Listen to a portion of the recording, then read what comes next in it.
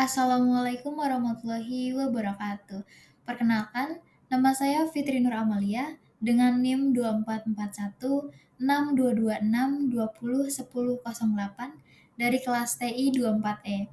Di sini, saya akan menyelesaikan satu soal program linear dengan menggunakan metode simplex. Langsung saja ke soalnya. Tentukan solusi optimal dari model linear programming berikut. Maksimalkan F sama dengan 8x1 ditambah 2x2 dikurangi 10x3. Yang dimana ada dua kendala. Yang pertama, x1 ditambah x2 dikurangi 3x3 kurang dari sama dengan 6. 4x1 dikurangi x2 ditambah 2x2 kurang dari sama dengan 7. X1, X2, X3 lebih dari sama dengan 0. Untuk penyelesaiannya, yang pertama itu tambahkan flag variabel. Di sini tinggal ditambahkan saja S1 dan S2-nya. X1 ditambah X2 dikurangi 3X3 ditambah S1 sama dengan 6.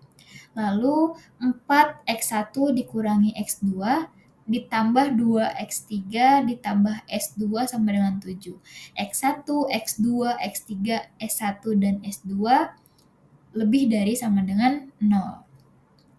Nah, kita buat tabel simplex awalnya, lalu masukkan angka-angka yang tadi ke dalam tabel. Nah, setelah kita masukkan angka-angka ke dalam tabel simplex awal, yang perlu kita lakukan selanjutnya yaitu menetapkan entering variabel. Dikarenakan soal ini memaksimalkan, jadi kita cari negatif yang paling besar. Di sini ada negatif 8 yang dimana ada di baris X1. Nah, kita jadikan baris X1 itu sebagai entering variabel. Nah, setelah menetapkan entering variabel, kita tetapkan living variable. Nah, living variable ini cari yang RHS-nya terkecil. Di sini ada 7/4. Nah, kita jadikan kolom S2 ini sebagai living variable.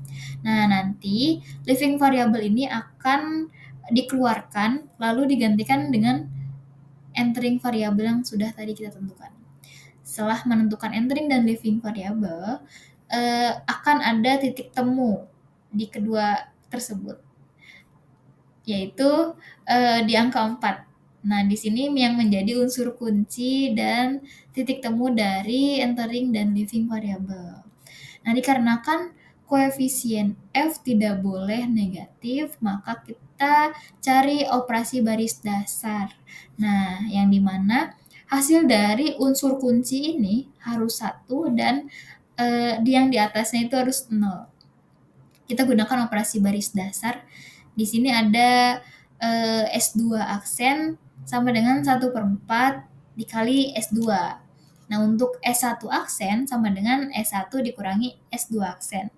F aksen sama dengan F ditambah 8 dikali S2 aksen. Nah, operasi baris dasar ini menjadi patokan untuk kita menghitung yang ada di tabel. Nah, sehingga kita mendapatkan hasil yang tadi. Nah, untuk unsur kunci tadi sudah hasilnya menjadi 1 dan atasnya menjadi 0. Nah, ini sudah dihitung sampai ke RHS-nya menggunakan operasi baris dasar. Yang dimana hasil dari min 8 ditambah 8 kali 1 itu sama dengan 0, 1 dikurangi 1 sama dengan 0, lalu 1/4 dikali 4 sama dengan 1, lalu lanjut ke yang lainnya.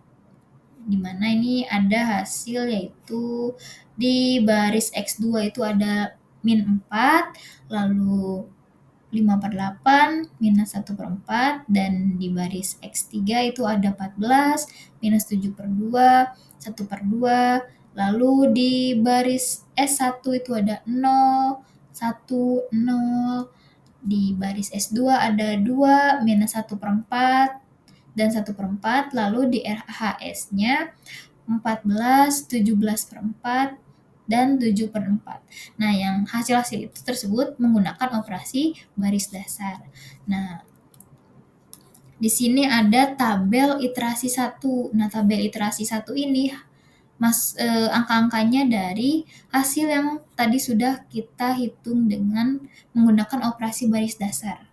Sudah dimasukkan.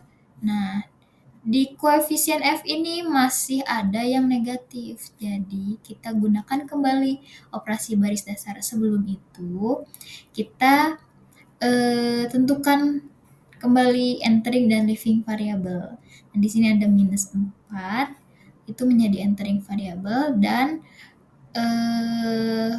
maksudnya di baris X2 itu menjadi entering variable, dan di kolom E1 itu menjadi leaving variable. Dan nanti leaving variable ini akan digantikan oleh entering variable. Jadi E1 akan digantikan dengan X2. Gitu. Dan dimana setelah kita menentukan entering dan leaving variable itu ada titik temu, yang dimana ini ada angka 5/4 sebagai unsur kunci. Nah, di sini sudah ada operasi baris dasar. Untuk S1 aksen sama dengan S1 dikali 4/5. X1 aksen sama dengan X1 ditambah 1/4 dikali S1 aksen. Dan untuk F aksen sama dengan F ditambah 4 kali S1 aksen. Dihitung kembali menggunakan operasi baris dasar yang ada di atas ini. Dan tidak lupa untuk unsur kunci ini hasilnya harus 1 dan yang lainnya itu harus 0. Di sini sudah hasilnya 1 dan di atas dan bawahnya itu 0. Sudah ketemu untuk hasil-hasilnya dari operasi baris dasar. Kita masukkan lagi ke tabel iterasi yang kedua. Nah, sudah masukkan tabel iterasi kedua, dan yang tadi ini kenapa jadi X2? Karena S1 ini dijadikan leaving variable, yang artinya itu dikeluarkan dan digantikan oleh entering, digantikan oleh X2. Seperti itu. Di sini sudah dimasukkan jawaban-jawaban dari tabel yang sebelumnya. Nah, di sini koefisien pada F semuanya sudah non-negatif. Jadi, solusi optimal dari X1 sama dengan 13/5. Nah, ini 13/5 dan X2 itu sama dengan 17/5. Nah, X3 sama dengan 0, S1 0, S2 0, dan S3 juga 0. Nah, lalu F maksimumnya itu sama dengan 138/5 atau bisa juga sama dengan 27,6. Nah, mungkin cukup sekian yang bisa saya sampaikan dan saya jelaskan. Kurang lebihnya mohon dimaafkan. Terima kasih. Wassalamualaikum warahmatullahi wabarakatuh.